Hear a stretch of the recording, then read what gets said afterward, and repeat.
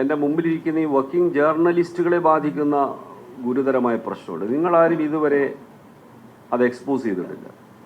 Working journalist and other newspaper employees condition of service and miscellaneous provision act 1955 എന്ന നിയമം അനുസരിച്ച് wage structure നിശ്ചയിക്കുന്നതിന്, ജേർണലിസ്റ്റുകളുടെ wage structure നിശ്ചയിക്കുന്നതിന് ഒരു ബോർഡ് രൂപീകരിക്കുക, വേജ് ബോർഡ് രൂപീകരിക്കാൻ ഈ നിയമത്തിൽ വ്യവസ്ഥ ഉണ്ടായിരുന്നു.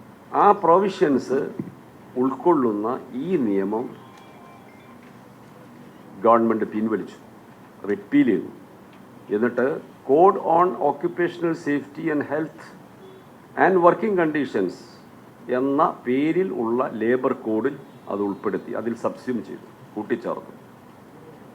ഈ പുതിയ നിയമം അനുസരിച്ച് വേജ് ബോർഡ് രൂപീകരണം ഇല്ലാതായി.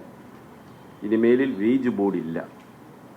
വർക്കിംഗ് ജേർണലിസ്റ്റിന് അവരുടെ സ്ഥാപനത്തിൽ അവർക്ക് സംഘടന എന്ന നിലയിൽ സമ്മർദ്ദം ചെലുത്തി വല്ല കണ്ടീഷൻസിലും മാറ്റം വരുത്താൻ സാധിക്കുമെങ്കിൽ മാത്രമേ, അല്ലെങ്കിൽ തൊഴിലുടമകൾക്ക് ദയ തോന്നി എന്തെങ്കിലും മാറ്റം ശമ്പളത്തിലോ സേവന വ്യവസ്ഥകളിലോ മാറ്റം വരുത്തണമെന്ന് തോന്നിയാൽ ആ ദാക്ഷിണ്യത്തിൻ്റെ മേലെ കിട്ടാൻ സാധ്യത എന്നല്ലാതെ പഴയ വേജ് ബോർഡ് ശുപാർശകൾ, ആ ശുപാർശകൾക്കനുസരിച്ചുള്ള ശമ്പളം എന്ന വ്യവസ്ഥകൾ പൂർണ്ണമായും ഇല്ലാതായി.